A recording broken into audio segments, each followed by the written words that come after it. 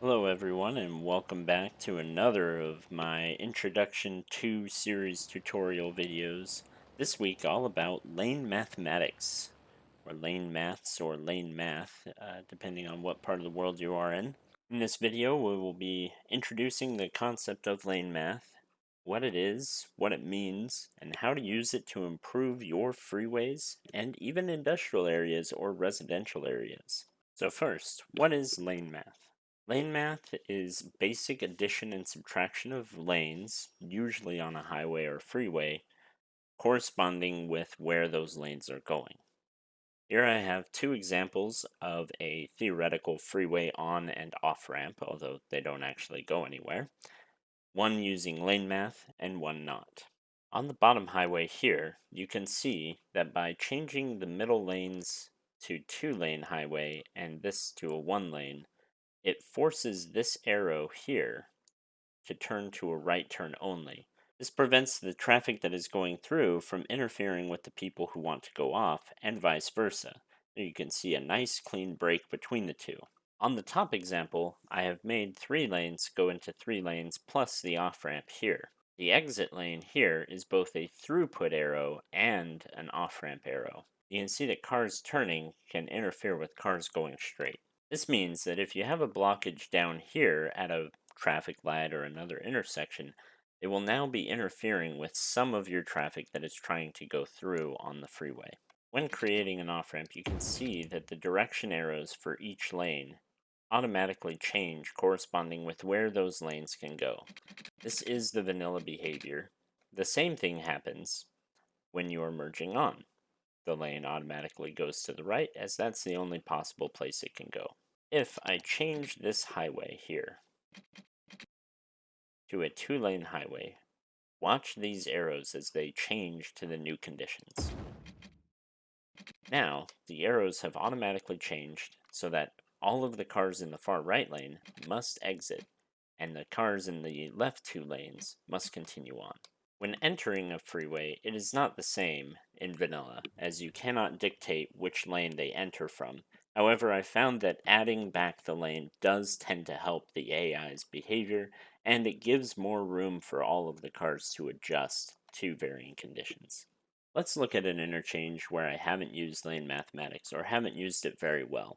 This is a spiral about that is fondly known in my community as Turnigeddon, due to how awful it is, but how wonderful it is as well. For the sake of making things more obvious, I have turned off despawning using Traffic Manager President's Edition. However, the effect would be almost the same without that mod, and you would still see a lot of traffic buildup.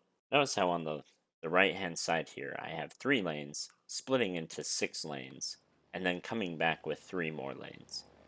This was because I wanted it to be a full-size highway on the other side, but I didn't use any lane mathematics here to help my case. Because of this, it is causing a lot of merging through here and a lot of issues through here, where you have people trying to get off and on at the same time and using the same 3 lanes. Since this is kind of a roundabout, it doesn't always follow the same rules of lane mathematics, but we can still use it to our advantage here. After giving it some time to work with lane mathematics, you can see that even the monstrosity that is Turnigeddon has turned from something that has constant traffic at all entrances and exits to something that is a relatively pleasant drive, if maybe not a little bit nausea-inducing as you're going around it at high speeds. You can also use lane mathematics in areas like industrial areas or residential areas. Here I have an industrial area that's inspired by one of Imperator's industrial areas. If you haven't seen any of Imperator's noob versus pro versus modder series of videos, you should go check him out. He has some really good and interesting designs for various things. In this industrial area, I have a bunch of one-way roads that all utilize lane mathematics to help keep the flow of traffic moving smoothly. During my normal build, this would also include lane connectors and traffic lights or other things brought on by Traffic Manager President's Edition. However, I have disabled all of those for this video, and as you can see, it still works out actually really well. This is that same industrial area without any lane mathematics applied. All of the lanes going in and out and every direction are simply 2-lane, one-direction roads.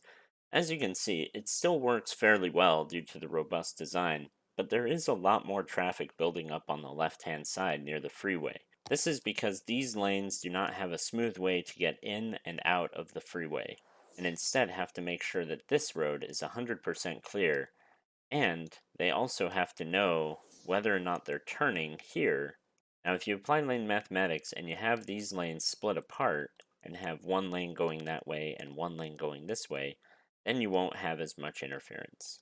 On this side of the industrial area, you can see we've applied lane mathematics. I used to have lane connectors as well, but you really don't need it if you use lane mathematics properly and you don't have too much traffic. Lane math doesn't always have to be perfect, as evidenced by right here where I have one lane and two lanes leading into four lanes. I found that this worked better just because it allowed these people who are merging on here to either turn left back into here or continue straight. If you follow it perfectly, you'll end up with something that looks similar to this. You'll end up with something like 3 lanes plus the freeway off-ramp leads into 4 lanes. Those 4 lanes, you follow them up and across, one splits off, and you end up with 3 and 1 lane here. You follow it further down, another lane pops in, so now you have 3 plus 1 equals 4. Then you follow that down, 1 pops off again, so now you're back down to 3 plus 1 is that original 4, and then 1 pops back in, 3 plus 1 is 4 again. You can also follow it in circles, which is where it gets a little more complicated, and requires a bit of forethought and planning on which directions you want to go where. For example, this one, the one lane splits off here, another lane joins it, becoming 2, and almost immediately another lane splits off, becoming 1 again, where it then joins this road down here and becomes 4. If you follow this one, it joins up with this single lane road and becomes 2 again, where it splits off, becomes 1, and that one, which joins up to be 4. Lane math is one of those rules that really isn't a rule at all. It's just something that helps out the AI, and it helps in real life with roads like exit only lanes and merge only lanes, or right turn only lanes that turn off and become nothing on the other side of an intersection. But you can also add and remove lanes somewhat arbitrarily in order to get the desired result. For example, here on this interchange, we've simply gone from 3 lanes up to 4 right here. The only reason to do that is so that we have a 2-lane road all the way through here, as well as the 2 exit lanes coming off this way and that way. So we're following lane mathematics right here at this little intersection point, but we aren't following it right here, where the 3 lanes becomes 4. Similarly, as they're merging on, this one comes on and goes from 2 to 3, and this one merges on and goes from 2 to 3 to 4.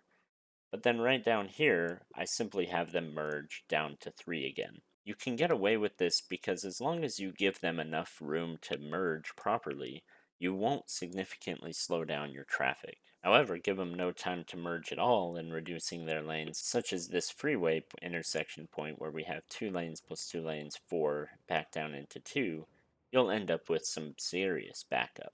You can use lane mathematics for all sorts of things, not just industrial areas and freeways, but I've also used it to create little airport on and off ramps and little circles for parking garages and their public transportation hubs. You can use it in all sorts of situations, including like this little diamond interchange going off of an arterial road, all the way to something a little more complicated like an industrial area with lots of different roads going various directions, trains, freeway connections, and other things like that.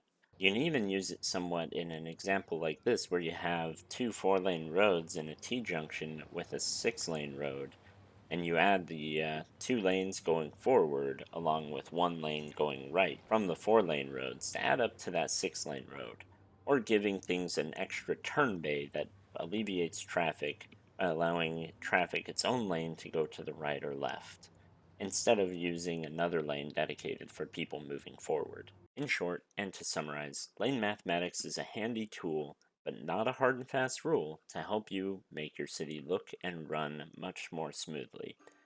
It will help your traffic, and it'll help the AI figure out where they're going and where they need to be.